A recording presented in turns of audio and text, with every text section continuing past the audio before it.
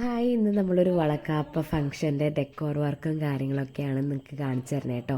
ഞാൻ ആദ്യമായിട്ടാണ് ഒരു വളക്കാപ്പ ഫംഗ്ഷൻ ചെയ്യുന്നതും അറ്റൻഡ് ചെയ്യുന്നതും.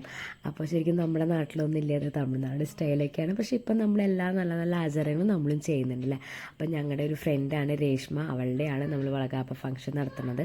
ശരിക്കും പറയാച്ചാൽ അവൾക്ക് ഇപ്പോൾ ഒരു 9 മന്തായി. ശരിക്കും ഇതിൻ്റെ ആചാരപ്രകാരം നോക്കുകയാണെങ്കിൽ 7 മന്തിൽ ചെയ്യുന്ന ഒരു പരിപാടിയാണ്. അപ്പം നമ്മൾ ശരിക്കും വീട്ടിലുള്ള സാധനങ്ങൾ വെച്ചിട്ടുള്ള ഒരു ഡെക്കോർ വർക്കാണ് ഞാൻ നിങ്ങൾക്ക് കാണിച്ചു തരുന്നത്. അപ്പം നമ്മൾ വാഴയില, നാക്കലയാണ് മുറിച്ചേക്കുന്നത്. നാക്കല കിട്ടാണ്ടാകുമ്പോൾ ചിലപ്പോൾ മിഡിൽ പോർഷന് നമുക്ക് കയറ്റേണ്ടി വന്നിട്ടുണ്ട്.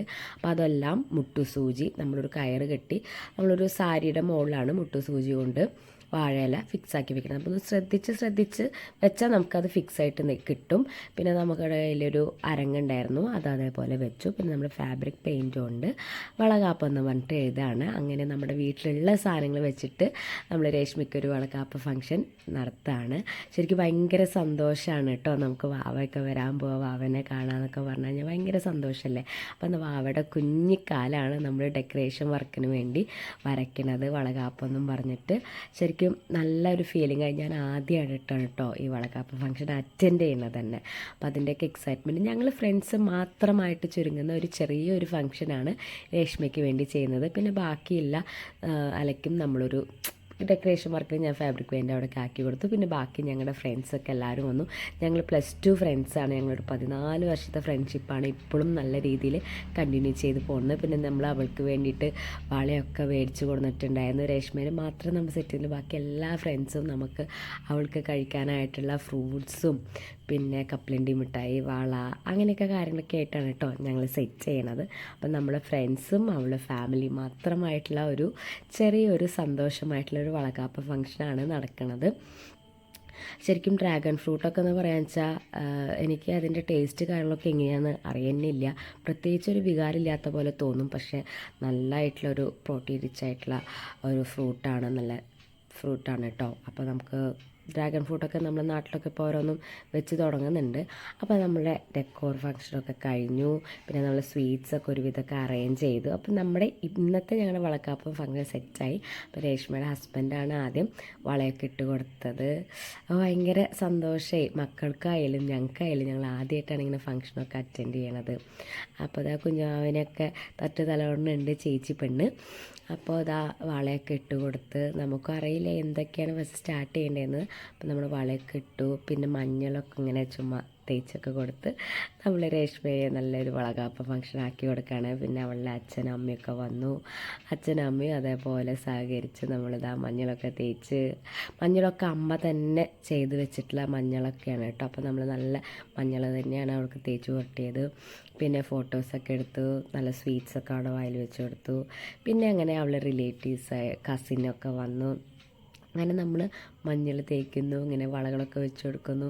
നമുക്ക് സത്യം പറഞ്ഞതിൻ്റെ ആചാരങ്ങളൊന്നും അറിയില്ല, നമ്മളിങ്ങനെ യൂട്യൂബിലൊക്കെ കണ്ടിട്ടുള്ള പരിചയം തന്നെയുള്ളൂ. പക്ഷെ നല്ല രസമാണ് ഇതിൻ്റെ ഈ ശബ്ദമൊക്കെ, കിലി കിലി എന്നുള്ള ശബ്ദം മുന്നിക്ക് കേൾക്കാം എന്നൊക്കെയാണ് ഞാൻ കേട്ടിരിക്കണേ കേട്ടോ.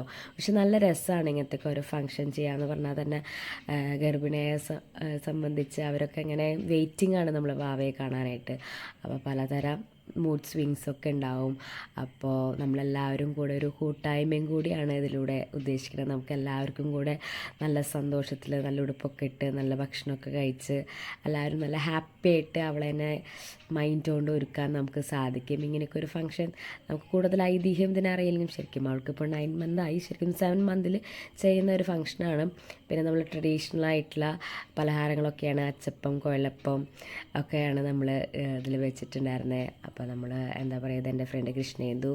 അപ്പോൾ നമ്മളെല്ലാവരും ഇപ്പോൾ ഓരോ തരത്തിൽ ബിസിയും കാര്യങ്ങളൊക്കെ ആയിട്ടുണ്ടെങ്കിലും പക്ഷേ ഫ്രണ്ട്സിനെയൊക്കെ കൂടെ ഒന്ന് കൂടാമെന്ന് വെച്ച് കഴിഞ്ഞാൽ എപ്പോഴെങ്കിലുമൊക്കെ നമ്മൾ സമയം കണ്ടെത്തി നമ്മളെല്ലാവരും ഇങ്ങനെ ഒരു ഗെറ്റ് ടുഗദർ ഫംഗ്ഷനൊക്കെ ചെയ്യും. അപ്പോൾ ഇപ്പോൾ രേഷ്മയ്ക്ക് ഇന്ന് നമ്മളെല്ലാവരും കൂടി അങ്ങോട്ട് ട്രീറ്റ് കൊടുത്താണ് വളക്കാപ്പം ഫംഗ്ഷനാക്കി നടത്തിയിട്ട്.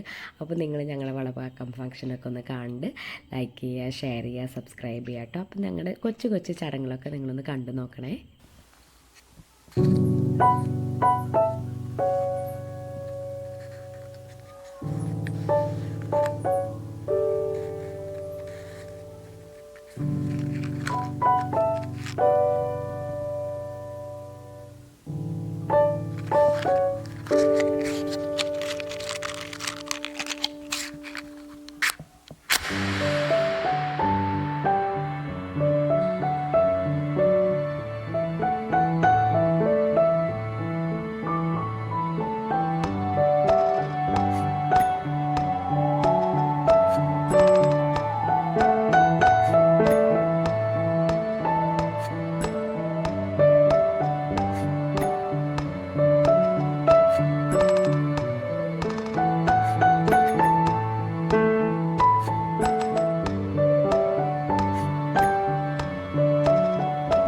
ഷൂട്ടൊക്കെ കഴിഞ്ഞ് അപ്പോൾ ഞങ്ങൾ ഇറങ്ങാൻ നേരത്താണ് ദിദിമോള് രേഷ്മയ്ക്ക് ഒരു പിക്ചർ വരച്ച് കൊടുത്തിട്ടുണ്ടായിരുന്നത്. അപ്പോൾ രേഷ്മയ്ക്ക് വേണ്ടിയിട്ട് ഒരു കുഞ്ഞു ഭാവിയൊക്കെ വരുന്ന പോലത്തെ ഒരു പടമൊക്കെയാണ് വരച്ചിട്ടുണ്ടായിരുന്നത്. അപ്പോൾ രേഷ്മയ്ക്കും ഭയങ്കര സന്തോഷമായി ആ പടങ്ങളൊക്കെ കണ്ടപ്പോൾ. അപ്പോൾ ഇത്രയേ ഉള്ളൂ ഞങ്ങളുടെ വളക്കാപ്പ് ഫംഗ്ഷൻ. നിങ്ങൾക്ക് ഇഷ്ടപ്പെട്ട് കഴിഞ്ഞാൽ നിങ്ങൾ തീർച്ചയായിട്ടും ലൈക്ക് ചെയ്യുക, ഷെയർ ചെയ്യുക, സബ്സ്ക്രൈബ് ചെയ്യുക.